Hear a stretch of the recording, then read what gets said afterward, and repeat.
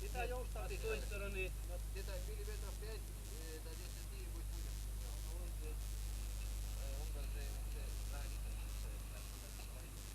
Jaa, noin päin.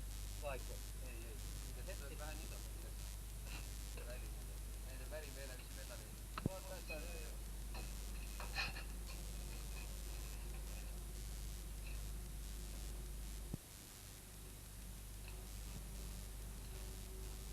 Katsotaan. Toisella ja katsotaan.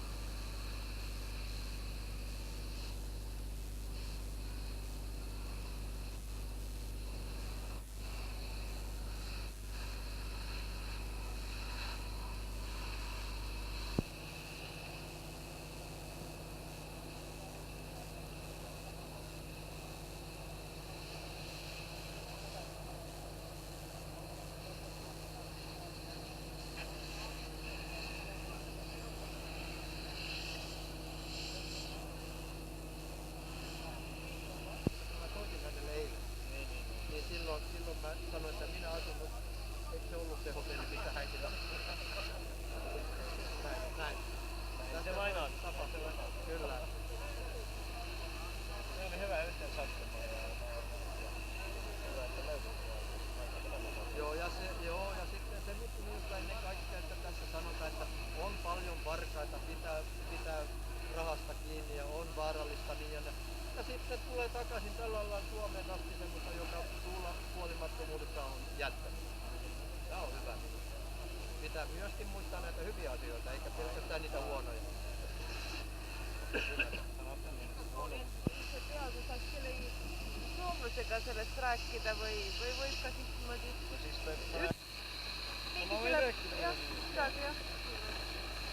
kohe või? No nii, praegu on see päris, ütlen, et päris õnnelik ja kaua oodatud moment, kui nüüd see ei ole veel päris käes, kui me hakkame sinna alles praami peale jõudma selle laevaga, aga see praam on siis tulnud Raumast ja kuigi ta nüüd Raumasse ei lähe, ta läheb üles niisuguse linna nagu Pietarsaari ehk teise nimega Jakobstad. Ja Jakobstad on selline väga kena väike linn, see on selle ala peal, kus on rootslaste asustus Soomes ja kuskil pooled või üle poolte on siis rootslased seal. Nii et need, kellega me oleme siis kellega asutanud Vega fondi või siis Vega sääd ja need on siis Soome rootslased ja mina olen siis seal ainukesena eestlane seal sees. Ja nüüd ta lähebki Pietarsaari, sinna ehitakse välja täpselt samasugune vastuvõtukai. Sinna on valmis juba ehitatud suur hoone, mis lüüakse laineplekkiga üle, et see laev läheb sinna hoone sisse ja hakatakse seda nii, kui ta kohale jõuab, hakatakse taastama. Kõigepealt õigemini koost lahti võtta, sest keegi ei tea ju täpselt, mis korras tema kaared seest on. Kõik plangud tuleb lahti võtta ja teha jupi kaupa midagi ja see, kui palju see aega võtab, ei oska kuidagi keegi öelda. Kõik sõltub rahast, kuidas seda raha tuleb, aga töömehed ja see oskus ja kogemus on olemas.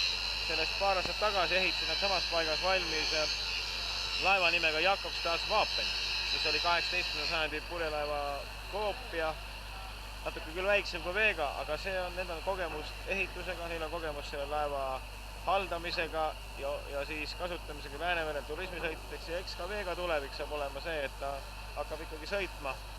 Aga tõesti jah, kui ruttu, seda ei tea. No, kõige optimistlikumate hinnangute järgi kuskil niimoodi 6-7 aastat ja palju ta maksma läheb, seda ka keegi praegu ei tea. Aga valmis ta saab, ma ei kahtle sellest, sest need summad, mis juba praegu siia on alla pandud, see ei ole mitte sugugi väike raha ja seda niisama maha ei visata. Eesti poolt selles mõttes, et ta on Soomes ehitatud terve suure hulga purjekatega, reparatsioonilaevadega, mille Nõukogude Liit meil 44. aasta detsembri rahulepingu järgi soomlased välja pressis $600 miljonit, mida vääringust, mida soomlased pidid ehitama laevu. Ja selles laevas on Soome laevaehituskunst ja laevapuussõpade tööoskused, kõik on esindatud. Eesti side oli selle laevaga ainult see, et ta peale Nõukogude Liidu tellimust Tallinna merekoolile jõudis ja siit paljud Eesti meremehed on selle laeval esimese väljaõppe saanud, aga Eesti ei ole taga hiljem sugugi hästi käitunud. Eesti anti meremuuseumile üle, püüdsime, üritasime, ei tulnud midagi välja ja lõpuks viimased 10 aastat pea on täielikus unutuse hõlmas, nii et on auasi see laev anda tagasi sinna, kus taga suudetakse midagi teha, mitte ta lasta endal, nagu öeldakse, jalgel ära mädaneda.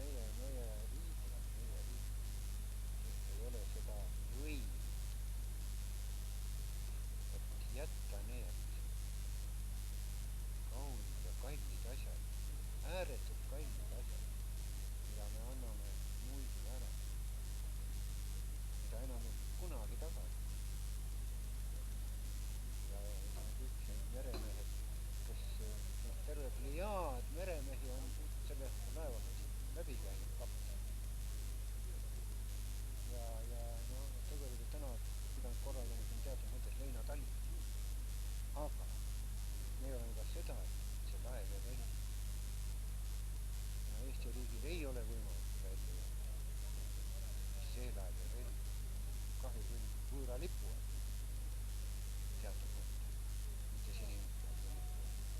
sinivalge, aga sinivalge. Ja sellest me oleme ääretult kahjunud. See laev ka nüüd kahjunud.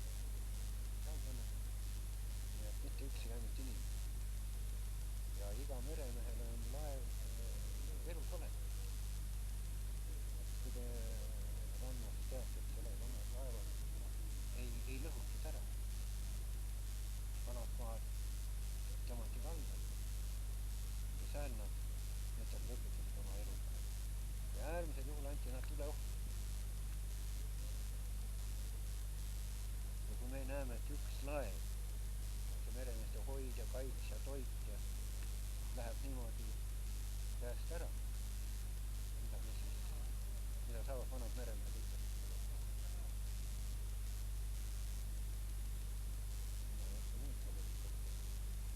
Ma ei tahtnud küll kommenteerida seda asja.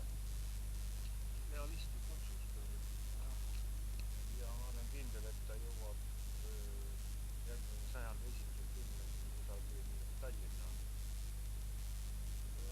purjede all juba. Sellepärast olen kindel, et ma olen nende Piedassaare meeste tööd näinud, nad on kogemus. Nad on ühe puulaeva rekonstrueerinud 18. sajandi kuulsa meistri joonist järele, mis praegu sõidab purjeda ka täna tuua. Ja siin oli Jakobstads papper ja see lisab kõvasti juurde seda kindlustunnet, et ta pääseb teiste selle seega laevade saamisest.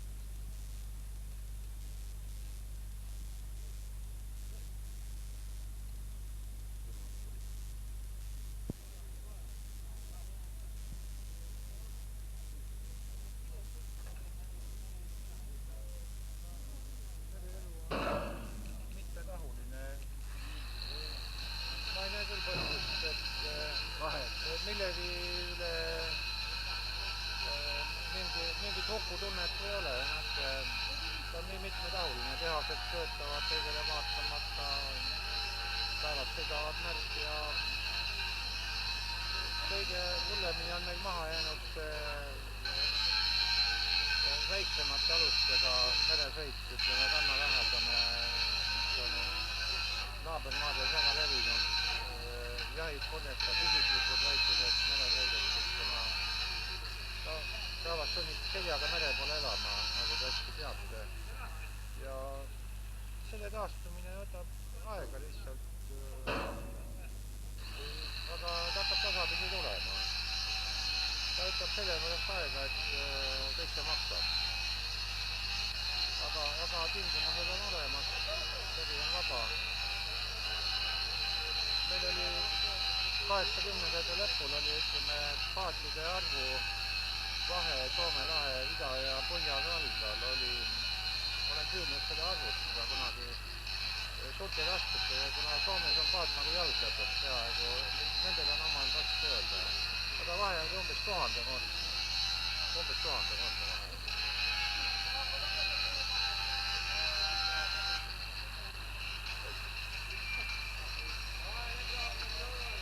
Aga ongi see, et küsimus niimoodi Eesti mere tulevikus. Ma mõtlen võtta nüüd merekolledži õppejõud, meremuuseumi rahvas ja mina seal hulgas. Meie just elame selle, tähendab nime, et me usume selle tulevikku. Ja me teame seda, et on väga öeldud niimoodi, et need, kes ei mäleta oma minevikku, need elavad tulevikus. Meie teame väga hästi oma minevikku. Ja me elame selle nimel, selle tuleviku nimel. Elame, teeme tööd ja vahest libiseme ja riidleme ja oleme nördinud, aga ikkagi. Kui me seda ei usuks, siis me seda ei teeks. Me läheksime ka, ma ei tea, kuhu banaane müüma. Aga me teeme oma tööd ja see on kõik vanad meremehed ja inimesed, kes praegast teevad. Selle nimel me teeme. Me muidu ei tee. Meil on see loomus. Meie eest loomus.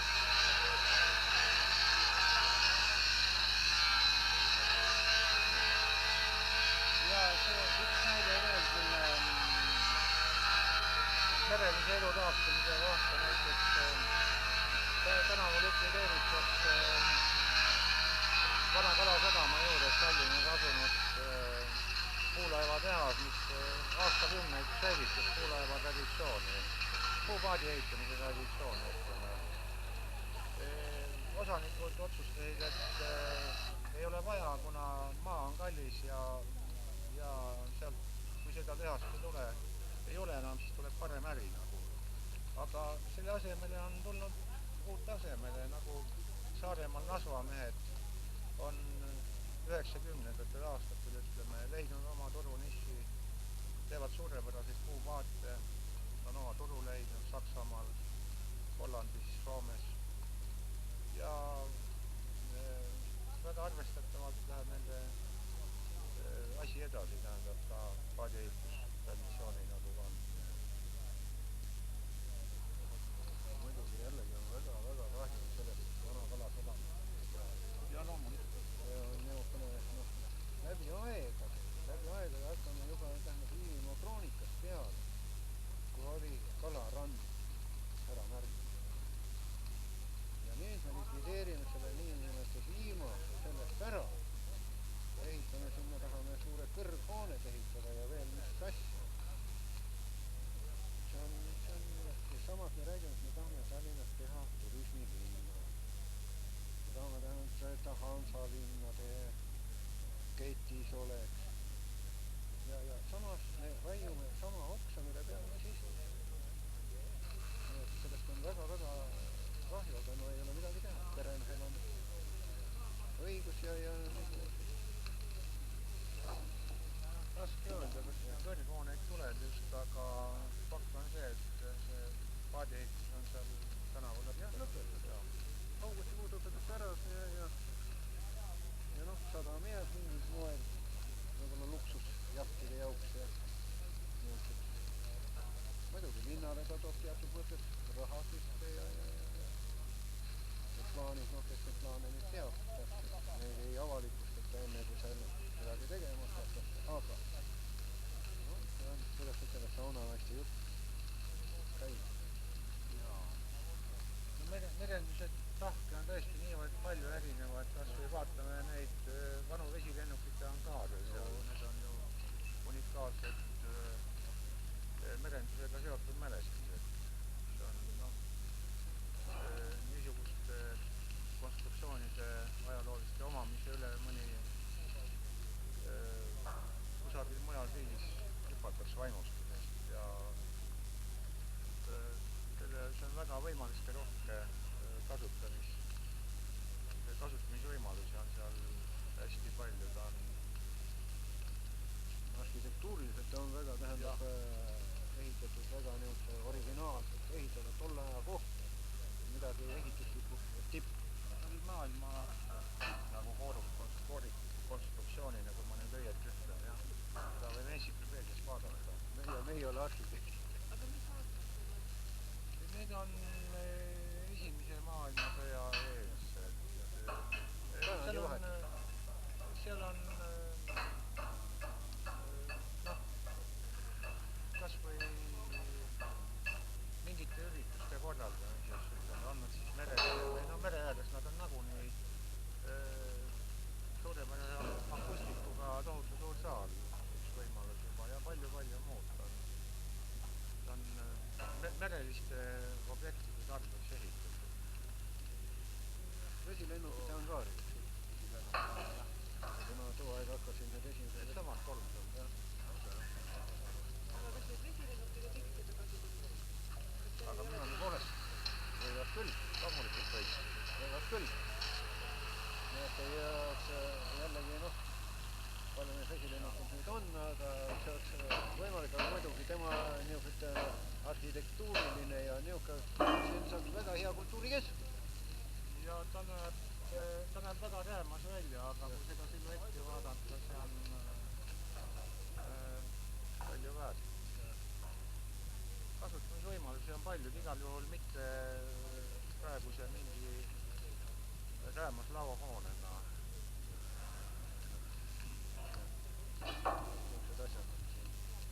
Meri ja mingit nokki vist ma ei tea. Ma ei tea, see oli sõjaväelaste käes. Nad on mälestusena kaitse. No nagu palju asju on mälestusena kaitse. On ja ei ole ka. Ja muidu mina ei saa jälle ütlemata jätta seda, et suur tõlv. Kas me räägime merelist asjast, me räägime paadist, me räägime rannakülast, räägime vanast purjelaevast.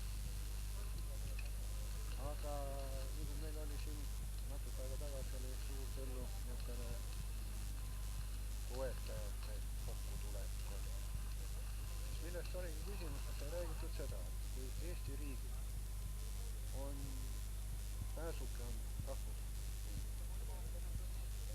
See rukkiliin on rahvusliin. Paekivi on meie rahvuskivi. Pikk Hermann on meie riiklikkuse sümbol, mis oleme hoiame seda. Estonia teater on meie kultuuri sümbol.